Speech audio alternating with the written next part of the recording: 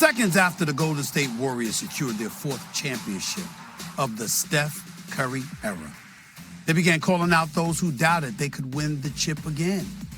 And let me be very clear, yours truly was not amongst that group. In fact, I said back in October that the Warriors were favorites. I said on this very show an entire year ago, after the Warriors missed the playoffs for the 2nd season in a row, that Golden State would come out of the West, that they had as good a shot as anybody to win it all. But I'm not here to drop the mic on that. Not really. I'm here to prepare my mic drop for 1 year from now, when the Warriors will win it again. Because don't get it wrong, the Golden State squad that just beat the Celtics, that wasn't the Warriors at their best. Not even close. Because next season, Klay Thompson will be stronger, more confident. Jordan Poole and Andrew Wiggins, assuming he returns, will continue to emerge. Jonathan Kuminga and Moses Moody will continue to work their way into the mix as they're molded to help lead the next generation of this team. And then there's James Wiseman, the number 2 overall pick in the 2020 draft, a 7-foot, 21-year-old with immense talent who will be added back into the mix after a season lost to injury. The Warriors are the reigning, defending NBA champions. And yet there might not be a team in the league who improves more than they do this offseason. And all that improvement is coming from inside the organization. A championship organization, through and through.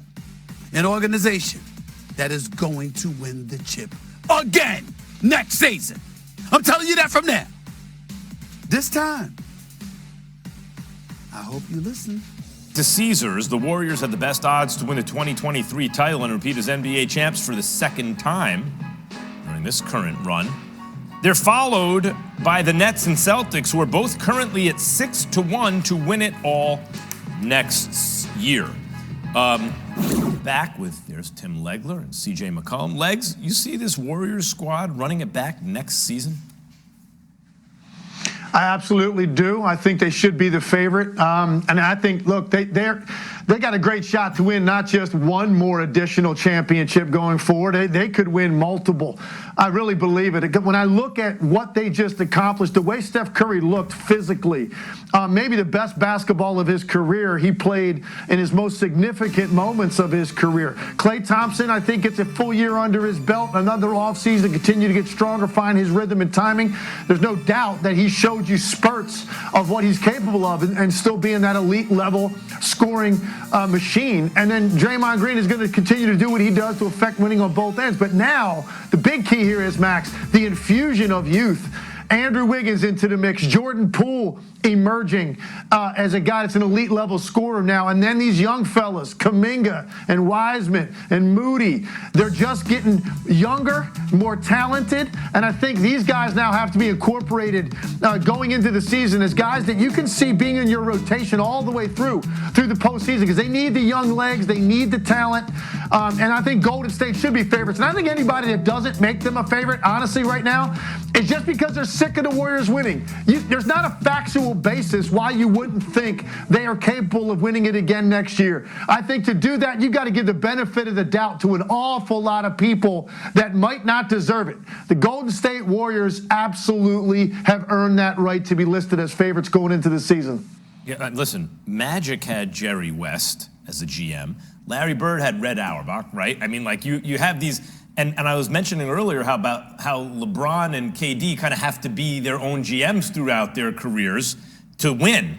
But Bob Myers in Golden State, I mean, Steph got Bob Myers. That's a credit to Steph, first of all, right? He's the foundational piece. Right. Also, he's got a hell of a GM. They could have missed on Wiseman. We don't even know yet if that's a hit or a miss. And their future still looks bright because of guys like Kuminga and Poole.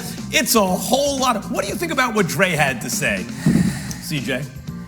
I read his quote, and I think the interesting part about what he said was in regards to, first of all, he said, debate with your mama in regards to the Warriors' greatness, which is funny. I think a lot of people have winner's fatigue, but in terms of the KD situation and being able to win and him leaving as a slap in the face, I think he was more so speaking to the fact that he wanted them to stay for the long haul. He wanted KD to finish his career in the Bay, and KD ended up deciding to leave. And obviously, he talked about how Steph had to sign off on it. And I think that goes to show you how selfless Steph is. To allow a player like KD to come to your team. We've been talking about bus drivers and all that stuff. K came and began, he took over as the bus driver, but it was Steph's bus. Steph allowed him to come in and take big shots, make big shots. He shared the spotlight with arguably one of the greatest players of all time, and at times had to take a lesser role. You talked about you wanting to see Steph perform on the biggest stage, which is the finals, and perform in the fourth quarter and close out games. He didn't have to do that because K did it.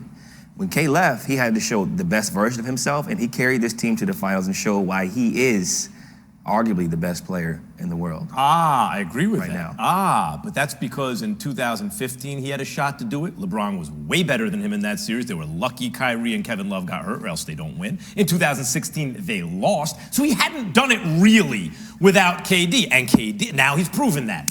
Done. Shut people like me up. We need to see it, right? KD couldn't get it done in Oklahoma City on a really, really good team. They were as good as the Cavs or the Warriors that year. I mean, they looked at least as good as those teams. Couldn't get it done. Then the Cavs got it done at Golden State that same year, same Game 7 at Oracle. Then since he's left, hasn't been able to get there, right? So now, Legs, is it KD's turn to show what he can do without those guys, the way those guys show what they can do without KD?